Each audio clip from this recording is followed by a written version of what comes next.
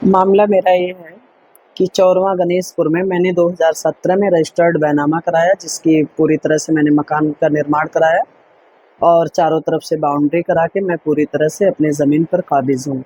लेकिन कुछ मनबड़ दबंग ऐसे दबंग आपराधिक प्रवृत्ति के लोग हैं, वो माफी अपराधी, गुंडा प्रवृत्ति, सर्कस मनबड़ लोग हैं, जो हमारी ज़मीन से, हमारे बैनामा शुदा ज़मीन से जबरन रास्ता मांग रहे थे। रास्ता के विरोध करने पर वो 6 महीने से हमारे पीछे पड़ गए हैं। 2025 अप्रैल 25 तारीख को उन लोगों ने एक बहुत बड़ा घटने को अंजाम दे दिया, मारपीट करा दिया।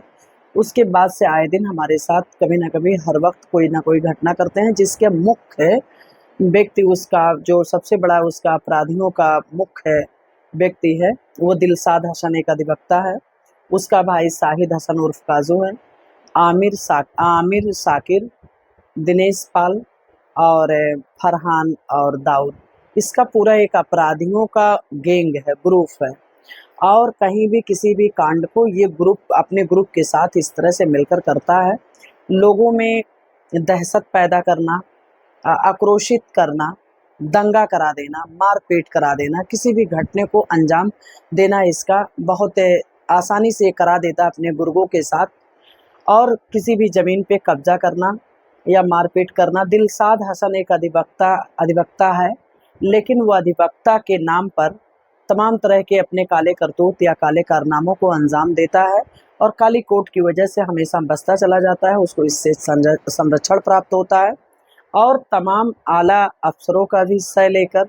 और इसके दो भाई इरशाद हसन, नजरुल हसन दरोगा पद पर हैं और ये खुद एक अधिवक्ता है। इसी की आड़ में वो तमाम तरह के अपने गंदे कारनामों को अंजाम देता है और लोगों में भय और सय बनाकर किसी भी प्रकार की उसके प्रति कार्रवाई ना हो, इसका वो धमकी देता है, जान से मार देंगे, ये कर देंगे, किसी भी प्रकार की कार्रवाई हुआ।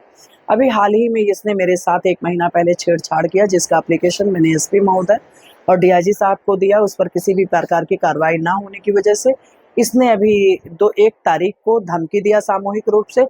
उसी रात में हमारे घर में घुसकर तमाम प्रकार के कांड को करा दिया, जिसमें 7 सीसीटीवी कैमरे तोड़वा दिया, 16 कुंटल सरिया चोरी कर दिया और इस तरह की तमाम चीज़ों को किया, तमाम नुकसान किया, छत किया। 2 तारीख को गए देखने पे, तमाम हालात वहाँ के बड़े बदहाल नज़र आए। जब इस पर हमने कार्रवाई करने के लिए एसपी डीआईजी के पास गए, एसपी महोदय ने इस पर एफआईआर दर्ज करने का आदेश किया और यस्सो वाटरगंज ने इस पर एफआईआर दर्ज किया।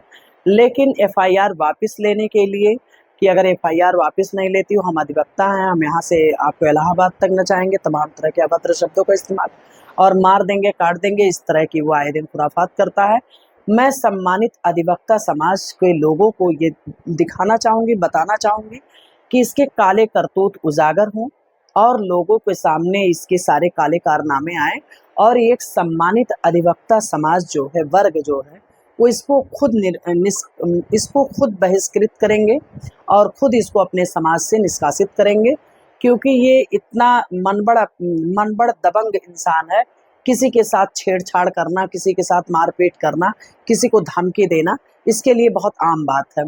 इस पर किसी भी प्रकार की कार्रवाई ना होने की वजह से इसका मनोबल बढ़ता जा रहा है, आए दिन ये नए नए कार्य को अंजाम देता है। दूसरा एक बात कि इसके घर के सामने 10-12 अंसारी, मजलूम, गरीब, बेबस मजदूर लोग रहते थे, जिसके मकानों को ये खुद अपने कब्जे में लेकर उनको ले जाके सरकारी पोखरे के बीटे पे बसा दिया, जिसकी कई एप्लीकेशन मैंने राजस्व विभाग को दिया, लेकिन उस पर किसी भी प्रकार की ठोस कार्रवाई ना होने की वजह से कि उन गरीब मजलूमों को उनकी ज़मीन मिले, उनको न्याय मिले और इसके पर्दे को फाश किया जाए। ये किसी भी सम्मानित और अच्छे परिवार के लोगों को इसको अपमानित करना, तमाम प्रकार के एलिगेशन लगाना, उन पर तमाम प्रकार के आरोप गंदे लगाना, इसका एकदम पेशा बन चुका है और ये सिर्फ अपने अधिवक्ता होने का फ़ायदा उठा रहा है और इस पर किसी भी प्रकार की कार्रवाई नहीं होती है। और ये कहता है मेरा एसोसिएशन इतना स्ट्रांग है कि मेरा कुछ नहीं कर सकता है, उसी की आड़ में ये तमाम अपराध को करता है। लेकिन मैं प्रशासन से पूछना चाहूँगी कि क्या हमारा संविधान जो है, क्या वो किसी के लिए स्पेशल तो नहीं है? आम जनता सभी के लिए एक समान है और अगर ये अपराधी है, ये इस काले कारतूतों में लिप्त है, तो इसके काले करतूतों को उजागर कर कर इस पर आवश्यक और दंडात्मक कार्रवाई करने की कृपा करें, ये मेरी प्रार्थना।